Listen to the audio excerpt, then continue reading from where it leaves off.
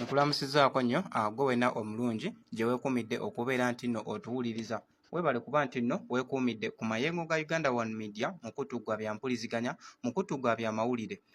Kanyongere okuba nti nno ate nkulisaayo era kanyongere okuba nti nno mbaagaliza ate Eid Mubaraka ennungi gwe wenna ampuliriza naddala eri baganda baffe wamu ne bannyinaffe mwenna Abayisiraamu. Olunaku olwaleero mu mawulire ge tulinawo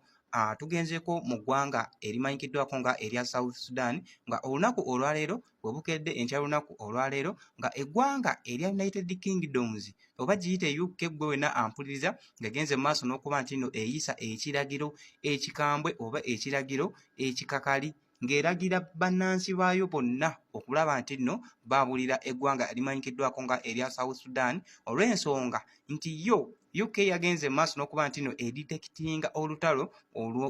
oluzibu, olutalo sinziggu mu ggwanga erya South Sudan. Gwe wenna ampuliriza gye buvuddeko omukulu amanyikiddwako nga Riek Machar, oyo nno yali vice president w'omukulu amanyikiddwako nga Salva Kiir, president w'eggwanga erya South Sudan. Yagenda mu maaso n'okuba nti nno aresistinga eri gavumenti eriko eya Salva Kiir. Wabula nga gye buvuddeko era emabegaawo eggwanga erya Uganda lyalabibwako nga litwala amagye okulaba nti nno ate litaakiriza embeera, okulaba nti nno likuuma emirembe. Wabula nga bino byasooka ne bigenda mu maaso n'okuba nti nno bisambagibwa eggwanga erimanyikiddwako nga erya South Sudan. Wabula oluvannyuma ennyo obutambi bwayitiŋŋana, drone zaffe zaayitiŋŋana nga zitulaga ddala amagye g'eggwanga erya Uganda gagenze mu nkukutu. Kyova olaba nga ne paalamenti y'eggwanga erya Uganda at first teyasooka kumanya ddala kituufu amagye gagenze mu ggwanga erya South Sudan, wabula gwe wenna ampuliriza amagye ag'eggwanga erya Uganda gye gali. Jjukira gwe wenna ampuliriza gye buvuddeko ennaku 2 emabega ekisaawe ky'ennyonyi ky'eggwanga erya Sudan ekiri mu kibuga ekimanyikiddwako nga Juba, gwe wenna ampuliriza kyagenze mu maaso n'okuba nti nno kiwambibwa abayeekera bano eno aba Riek Machar, gwe wenna ampuliriza. Wabula nga oluvannyuma ennyo gavumenti yagenze mu maaso n'okuba nti nno eteekawo embeera n'egenda mu maaso n'okuba nti nno yeddiza ekisaawe kino, wabula nga bintu bingi byagenze mu maaso n'okuba nti nno byonooneka wamu n'amagye g'eggwanga erya Uganda gagenze mu maaso n'okuba nti nno gakubibwa ambush, gwe wenna ampuliriza. Wabula nga we bukeredde enkya lunaku olwaleero nga bannayuganda abawangalira mu ggwanga erya South Sudan, gwe wenna ampuliriza nga bali mu bweraliikirivu, nga bali mu kubeera nti nno batiisibwatiisibwa olw'okuba nti bannansi b'eggwanga erya South Sudan abali ku sayidi y'omukulu ono amanyikiddwako nga Riek Machar, gwe wenna ampuliriza bagenze mu maaso n'okuba nti nno babatiisatiisa, bagenze mu maaso n'okuba nti nno babasongamu ennwe nga bagamba mmwe bakaliitalo yemmwe abaviiriddeko okuba nti nno tetunnaba kuba nti nno tutuuka ku buwanguzi bwaffe, ku lw'ensonga nti amagye g'eggwanga aga Uganda ge gali mu ggwanga lino erya South Sudan okuba nti nno bagezaako kuba nti nno bataakiriza oba bakuumawo emirembe, era nga amagye gaatwalibwa mu bungi. Weewaawo nga eggwanga erya Uganda at first teryasooka kuba nti nno linfoominga badiplomats baalyo oba linfoominga bannansi baalyo nti ligenda kuba nti nno likola ekikwekweto nga kino, wabula byasinze okumanyikwa nga bbiiru oba budget ebuganze okuba nti nno eyisibwa wali eri mu paalamenti y'eggwanga erya Uganda nga baagala ssente okulaba nti nno bafacilitatinga olutalo luno okuba nti nno bakuuma emirembe, era nga n'omukulembeze w'eggwanga lino erya South Sudan alabiddwako gwe wenna ampuliriza nga alipootinga oba nga ayogerako eri ensi oba ayogerako eri bannansi ng'abagamba nti jjukira gwe wenna ampuliriza bannansi b'eggwanga erya South Sudan abamu bawagira Salva Kiir ono, abalala tebamuwagira, bawagira Riek Machar eyali vice president we. Wabula nga omukulu amanyikiddwako nga Salva Kiir avuddeyo gwe wenna ampuliriza n'agamba nti mmwe mwenna abali mu kubeera nti nno musindikiriza amagye g'eggwanga erya Uganda okulabika nti nno ate gava mu ggwanga erya South Sudan oboolyawo mwe gajja okuba nti nno gatutaasa ku basajja bano abayeekera aba Riek Machar, mmwe mwenna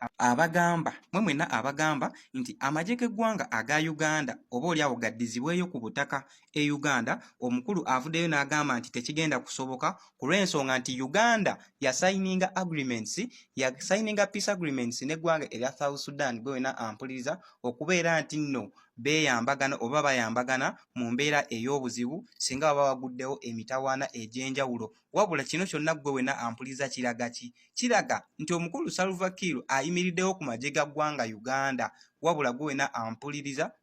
jjukira gwe wenna ampuliriza, jjukira Uganda ekwataganye mu ngeri etya. Uganda erina amagye e Congo, oba oliawo kuba nti nno bagezaako kuba nti nno bataakiriza eggwanga erya Congo, wabulanga ate kigambibwa nti oba oliawo bagezaako kuba nti nno bazibiikiriza M23 gwe wenna ampuliriza. Naye nga jjukira Uganda erina amagye agali e Congo, gwe wenna ampuliriza, at the same time erina amagye agali e Somalia, gwe wenna ampuliriza, at the same time wuuyo erina amagye e South Sudan. Ekyebuuzibwa, Uganda enaamalako n'entalo zineno zeekwataganye nazo, gwe wenna ampuliriza.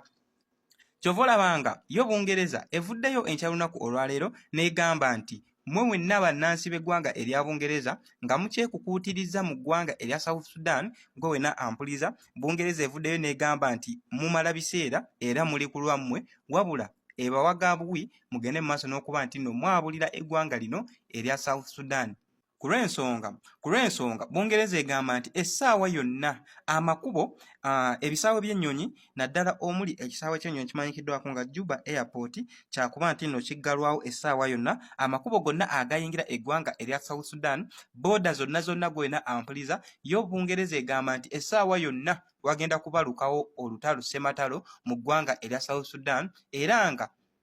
yo yagenze maaso n'okuba nti nno eteebereza nti bangi bagenda kuba nti nno balugulamu obulamu, gwe wenna ampuliriza. Era wano wennyini katusinzire nga tugamba bannayuganda mwenna abali mu ggwanga erya South Sudan okuba nti nno mwamuka eggwanga lino eno erya South Sudan, ku lw'ensonga nti abasajja baneno aba Sudan, gwe wenna ampuliriza, ekisooka bayina ekibeera ekigamba nti amagye g'eggwanga aga Uganda ge gagenze maaso n'okuba nti nno gabasibako Salva Kiir, oba oliawo gwe bataagala kulabika nti nno ate bamulaba nga abakulembera n'omulundi n'omulala, gwe wenna ampuliriza. Jjukira musajja mukulu ono Salva Kiir we twogerera yakafuga eggwanga lino erya South Sudan okumalira ddala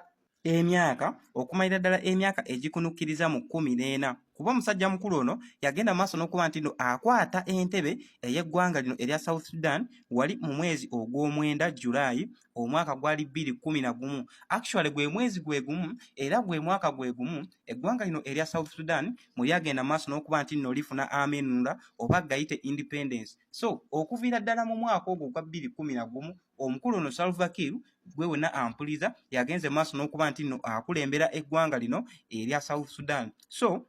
basajja bakulu baneeno aba South Sudan oba oliawo baagala kulaba nti nno bafunawo ku change, ate nate musajja mukulu ono eyali vice president we Riek Machar naye agende mu maaso n'okuba nti nno akulemberamu mu ggwanga lino erya South Sudan, oba oliawo kigezeeko okuba nti nno kiwa omwaganya eri abo bonna abandyagadde okuba nti nno beesimbawo nga bapulezidenti b'eggwanga lino erya South Sudan. Kale obadde mulabi mulungi owa Uganda One Media, webale kuba nti nno weekuumira ku mukutu, sigalako kuba tukyaleeta amawulire malala mangi agakwataganya ddala ku ggwanga lino erya South Sudan kubanga embeera si nnungi.